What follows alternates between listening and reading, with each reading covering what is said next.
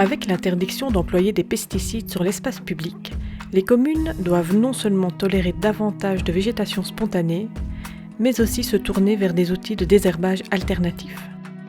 Malheureusement, les machines thermiques et mécaniques coûtent cher et aucune d'entre elles n'est totalement polyvalente. La plupart des communes devront donc recourir à un système de mutualisation de ces machines. Le GAL Pays des Condruzes a tenté l'expérience avec les communes de son territoire.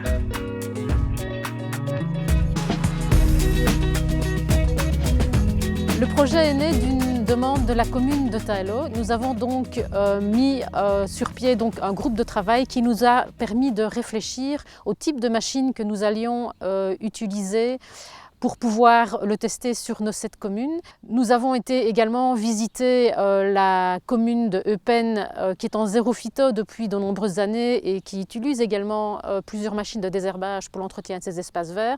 Et notre choix s'est porté sur la location par le GAL d'une machine à mousse, eau chaude.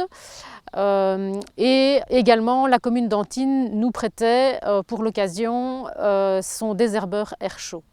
Nous avons ensuite organisé une formation pour ces 2 machines pour toutes les communes et donc nous avons pu mettre sur pied l'automne dernier le test de ces 2 machines. L'avantage de la mutualisation pour les communes est financier, mais pas seulement.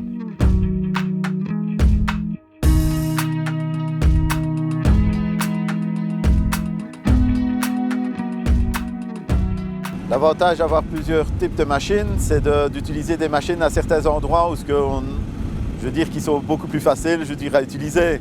Ça veut dire que si on a un appareil à mousse ou un appareil à gaz comme ceci, automatiquement, il y a des endroits qu'on sait utiliser le gaz et des endroits qu'on sait utiliser la machine à mousse. Et c'est ça qui est intéressant, c'est d'avoir plusieurs types de machines.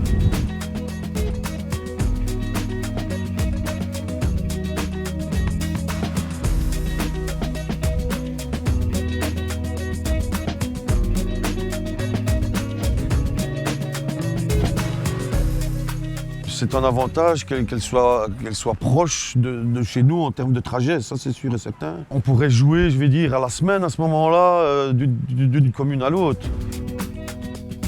C'est la facilité pour voir comment est-ce que les autres communes travaillent et s'il y a un mauvais fonctionnement, etc., on peut s'aider un à l'autre et voir le fonctionnement automatiquement des autres communes et d'avancer automatiquement comme ça avec des machines comme ça.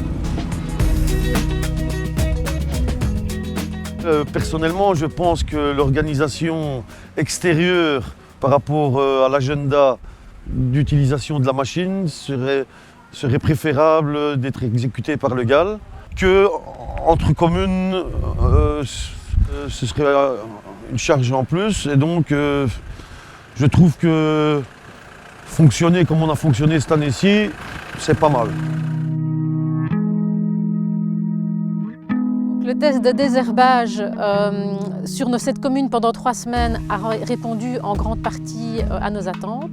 Nous allons pouvoir concrétiser notre projet d'achat d'une machine de désherbage eau chaude mousse grâce au soutien de la loterie nationale et à l'appel à projet sur le développement durable auquel nous avons répondu.